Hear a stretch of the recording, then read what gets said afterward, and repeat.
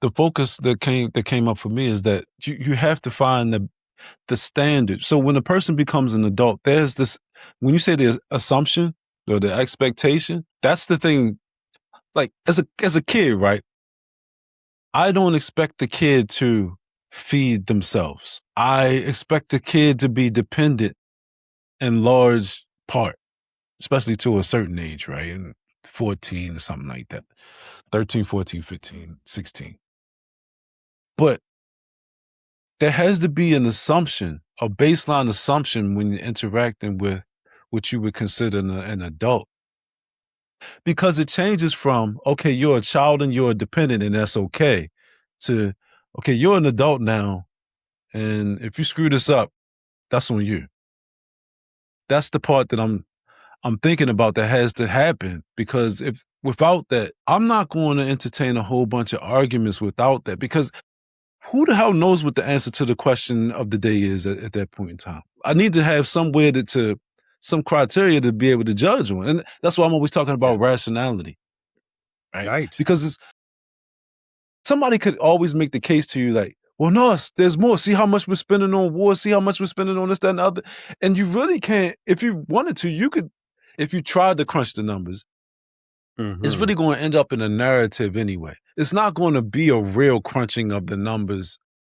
We could squeeze a few pennies out here for this person to eat. And people in their human nature part is like, well, I want a little bit more than this person. It does not really matter, the number. What really matters is, what is the criteria that's going to, what are we going to judge this thing on? And that's when the reason and the rationality come into play. And then that's the moral aspect of, hey, all of the things can be happening in the world, but I'm going to judge you on this aspect of it. Are you producing? Are you trustworthy? Are you not committing crimes? Are you, these things? And then that's where the story starts. But I just think that it comes down to the assumptions, man, because if you think that it's okay for people to live like children and I don't even know, I'm about to say in the body that we consider an adult, but I mean, we got an age range, right? So we more or less consider people adults at 18. Sometimes I guess low as 16, I think. So that's what that threshold is about. It's really about, look, no more babying you. No more expectation of being dependent. You're going to have to get up and get it yourself. And then when people don't have that expectation, they're like, well, not everybody can do X, Y, and Z. And see, that's a moral issue. And people may not understand that's a moral issue. Right. Right. But people can't do a lot of things because limits exist.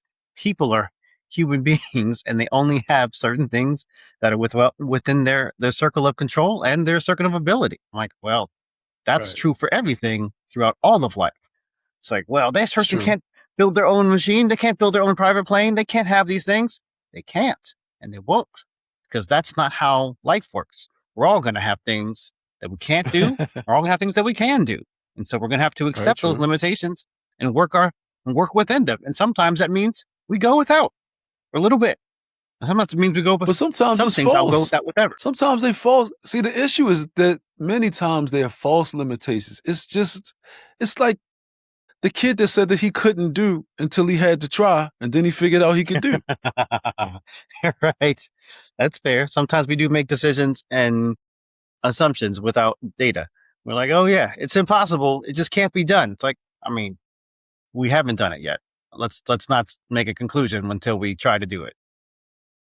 Let's be real though. Poor people probably make up the best ideas because you got to be resourceful.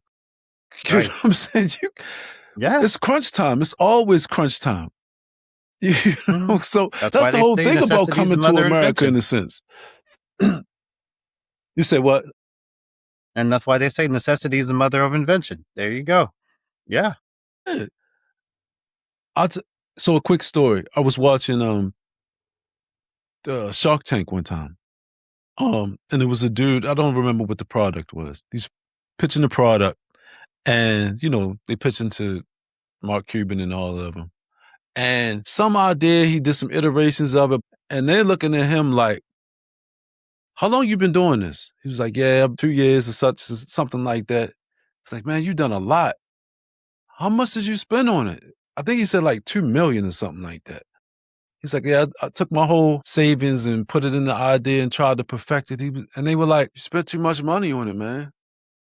The point that they were trying to make is that you didn't know when to pull out because you kept trying to throw money at the problem, where the issue was you developing the product was the problem. They literally were saying, like, if your resources were less, you would have either found a better way to do it, or you would have known this is not working out for me. That's not a story that people want to hear, but No, but stewardship matters. And I think that goes back to what they were saying before. We're like, hey, we're spending all this money on war, spending all this money on giving tax breaks, and we shouldn't be doing that. I'm like, I hear you. Stewardship is real. If we were poor and we didn't have those things to spend, we would have a real clear conversation of like, what's going to move the needle in the most important way right now? How can we all survive till tomorrow? right. We're not talking about building extra stuff or going out and giving breaks to people. We were just like, hey, we need to live tomorrow. What do we need to do about that? What's the main way to concentrate enough resources in to get this thing done? Yeah, and there's a beauty in that. Whereas though I think a lot of people overlook the beauty in that, because I think some people can retain that mindset even when they get a whole lot of resources, right? Because it gives, if you have a lot of resources, that means you have, I would say, cushion. That's kind of how I'm thinking about it, right? Cushion. But you can keep your mind to the point where you're like, we're only going to do the things that are necessary. And if it's not working, we're not going to keep knocking our head up against a wall. We want to be efficient. Because like you said, when you don't have a lot of resources, for one, you got to be inventive. You got to take something that wasn't even meant for something else and make it do something else. You know, like you said, if you want to play baseball, sometimes you don't have a bat. Sometimes you got a stick. It could be a stick and a rock, you know, and That's all we that could get. be baseball. You know? But it doesn't change. It doesn't change the whole idea. That, like, but that's the resourceful, inventive aspect of it. And then you start to see you can invent the same thing with different products. I guess that's the point that I'm trying to say. Yes. There are multiple ways to solve that same problem. And so it's great when people can, use their intellect and use their rationality to say, I can rearrange this in reality to make a better solution so that I can, move forward a little bit better and then calibrate. And I think that's that's also something that I would love to see more and talked about more. It's like there are virtuous cycles. There are real ways to make these positive reinforcements where things actively move in the direction you want. Yeah, man. In the circumstances, I don't know. I guess I'm just off the heels of the whole conversation about socialism, and there's so many defenders of socialism, and I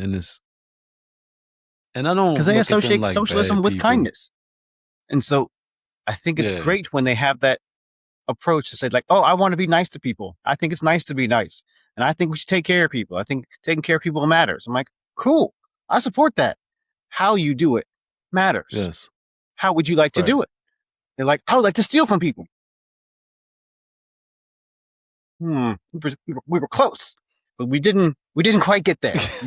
You claimed to be nice to people. You said niceness matters, but then you were like, but we're not going to be nice to the rich people though. People with resources, those people, fuck them. We're just going to steal all their stuff because other people are poor.